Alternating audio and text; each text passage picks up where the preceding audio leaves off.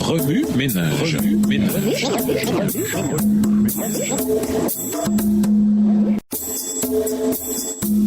Revue Ménage.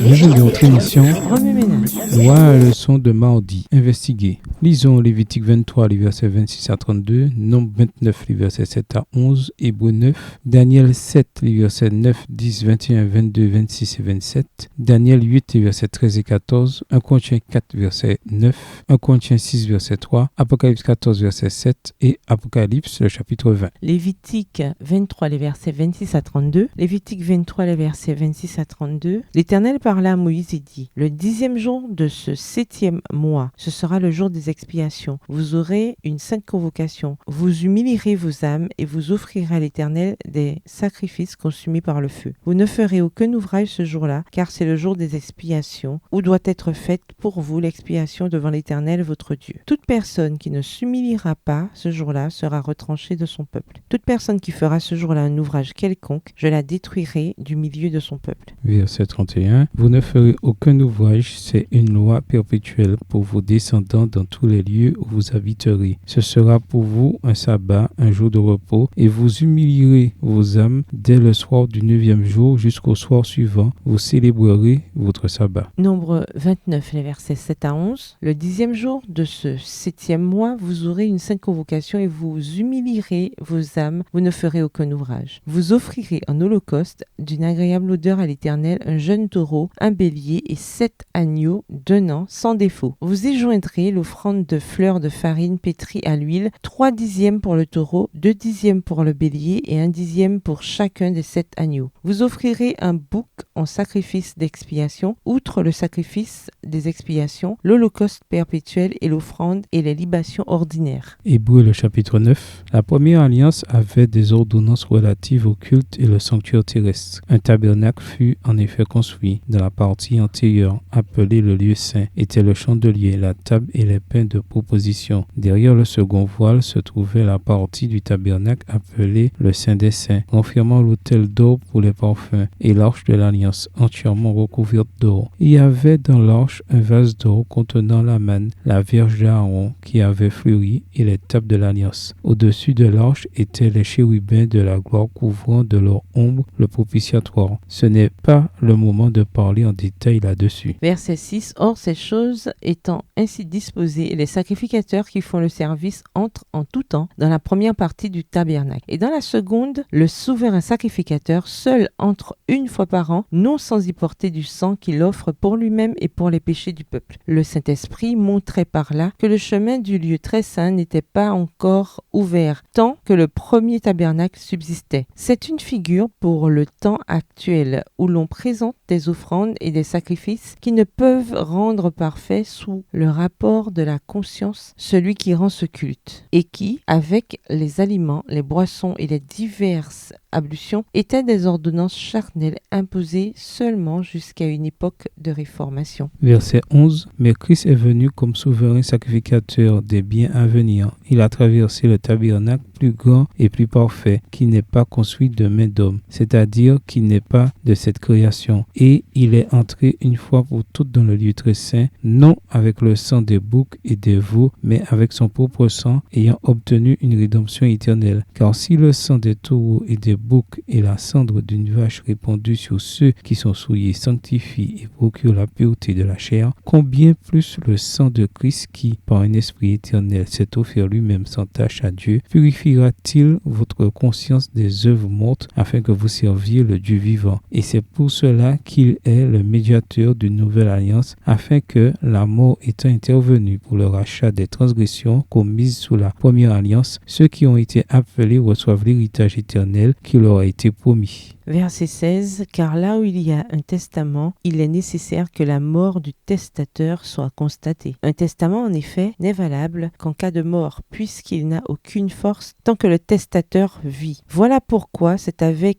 du sang que même la première alliance fut inaugurée. Moïse, après avoir prononcé devant tout le peuple tous les commandements de la loi, prit le sang des veaux et des boucs avec de l'eau, de la laine écarlate et de l'hysope, et il fit l'aspersion sur le livre lui-même Abraham et sur tout le peuple en disant, « Ceci est le sang de l'alliance que Dieu a ordonné pour vous. » Verset 21. Il fit pareillement l'aspersion avec le sang sur le tabernacle et sur tous les ustensiles du culte. Et presque tout d'après la loi est purifié avec du sang, et sans effusion de sang, il n'y a pas de pardon. Il était donc nécessaire puisque les images des choses qui sont dans les cieux devaient être purifiées de cette manière, que les choses célestes elles-mêmes le fussent par des sacrifices plus excellents que ceux-là. Car Christ n'est pas entré dans un sanctuaire fait de main d'homme en imitation du véritable, mais il est entré dans le ciel même afin de comparaître maintenant pour nous devant la face de Dieu. Et ce n'est pas pour s'offrir lui-même plusieurs fois qu'il y est entré, comme le souverain sacrificateur entre chaque année dans le sanctuaire avec du sang étranger. Verset 26. Autrement, il aurait fallu qu'il eût souffert plusieurs fois depuis la création du monde, tandis que maintenant, à la fin des siècles, il apparut une seule fois pour abolir le péché par son sacrifice. Et comme il est réservé aux hommes de mourir une seule fois, après quoi vient le jugement. De même, Christ, qui s'est offert une seule fois pour porter les péchés de plusieurs, apparaîtra sans péché une seconde fois à ceux qui l'attendent pour leur salut. Daniel 7 et versets 9, 10, 21, 22, 26 et 27. Je regardais pendant que l'on plaçait des trônes et l'ancien des jours s'assit. Son vêtement était blanc comme la neige et les cheveux de sa tête étaient comme de la laine pure. Son trône était comme des flammes de feu et les roues comme un feu ardent. Un fleuve de feu coulait et sortait de devant lui. 1000 milliers le servaient et 10 000 millions se tenaient en sa présence. Les juges s'assirent et les livres furent ouverts. Verset 21.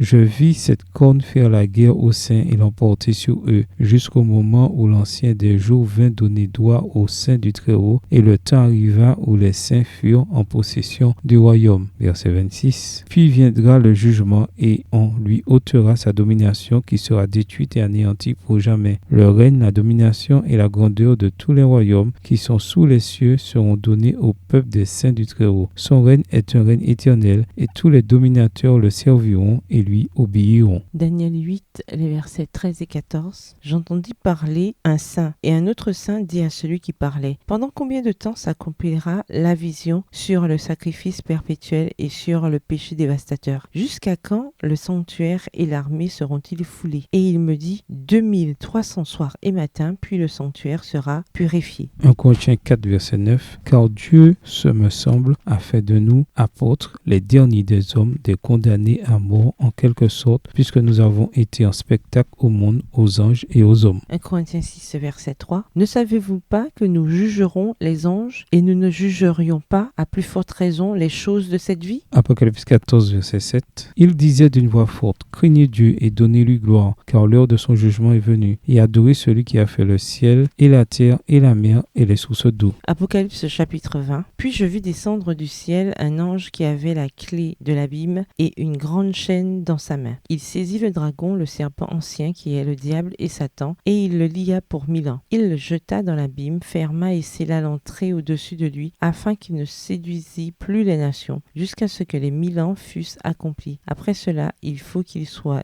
délié pour un peu de temps. Et je vis des trônes, et à ceux qui s'y assirent fut donné le pouvoir de juger. Et je vis les âmes de ceux qui avaient été décapités à cause du témoignage de Jésus et à cause de la parole de Dieu, et de ceux qui n'avaient pas adoré la bête ni son image, et qui n'avaient pas reçu la marque sur leur front et sur leurs mains. Ils revinrent à la vie, et ils régnèrent avec Christ pendant 1000 ans. Les autres morts ne revinrent point à la vie jusqu'à ce que les 1000 ans fussent accomplis. C'est la première résurrection. Verset 6. Heureux et saints ceux qui ont part à la première résurrection. La seconde mort n'a point de pouvoir sur eux, mais ils seront sacrificateurs de Dieu et de Christ, et ils régneront avec lui pendant 1000 ans. Quand les 1000 ans seront accomplis, Satan sera relâché de sa prison, et il sortira pour séduire les nations qui sont aux quatre coins de la terre, Gog et Magog, afin de les rassembler pour la guerre. Leur nombre est comme le sable de la mer. Et ils montèrent sur la surface de la terre, et ils investirent le camp des saints et la ville bien-aimée. Mais un feu descendit du ciel et les dévora. Et le diable qui les séduisait fut jeté dans les temps de feu et de soufre où sont la bête et le faux prophète, et ils seront tourmentés jour et nuit au siècle des siècles. Verset 11. Puis je vis un grand grand trône blanc et celui qui était assis dessus. La terre et le ciel s'enfuirent devant sa face, et il ne fut plus trouvé de place pour eux. Et je vis les morts, les grands et les petits, qui se tenaient devant le trône. Des livres furent ouverts, et un autre livre fut ouvert, celui qui est le livre de vie. Et les morts furent jugés selon leurs œuvres, d'après ce qui était écrit dans ces livres. La mer rendit les morts qui étaient en elle, la mort et les séjours des morts rendirent les morts qui étaient en eux, et chacun fut jugé selon ses œuvres. Et la mort et le séjour des morts furent jetés dans les temps de feu. C'est la seconde mort, les temps de feu. Quiconque ne fut pas trouvé écrit dans le livre de vie fut jeté dans les temps de feu. Rabbi Ménage, quelle relation ces versets ont-ils avec le passage principal? Quels autres versets ou promesses vous viennent à l'esprit en rapport avec Lévitique, le chapitre 6? Au revoir. Et à demain si Dieu veut. Remue ménage. Remue